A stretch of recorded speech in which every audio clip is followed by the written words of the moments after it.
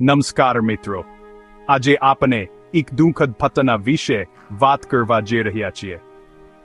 Medal વિસ્તારમાંથી આવેલા એક ખરાબ સમાચારથી આખું શહેર હચમચી ગયું છે. અમદાવાદના મેગલ પાસે ટેકનિકલ ખામીને કારણે ટેકઓફ દરમિયાન 5 લોકોને લઈ જતું એક ખાનગી વિમાન ક્રેશ થયું. આ દુર્ઘટનામાં 3 લોકોના કોરોના સચ્ચે જે મોત થયા છે અને 2 લોકો હોસ્પિટલમાં જીવન મરણ વચ્ચે ઝોલા ખાઈ રહ્યા છે.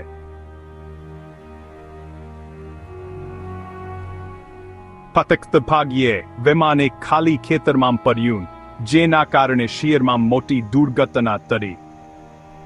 આસપાસના લોકોએ તરત જ મદદ માટે દોડી આવ્યા અને ઇમરજન્સી સેવાઓ પહોંચે તે પહેલાં બચાવ કાર્ય શરૂ કરી દીધું. આ ઘટનાથી આખા શહેર પર શોકનો માહોલ છવાઈ ગયો છે.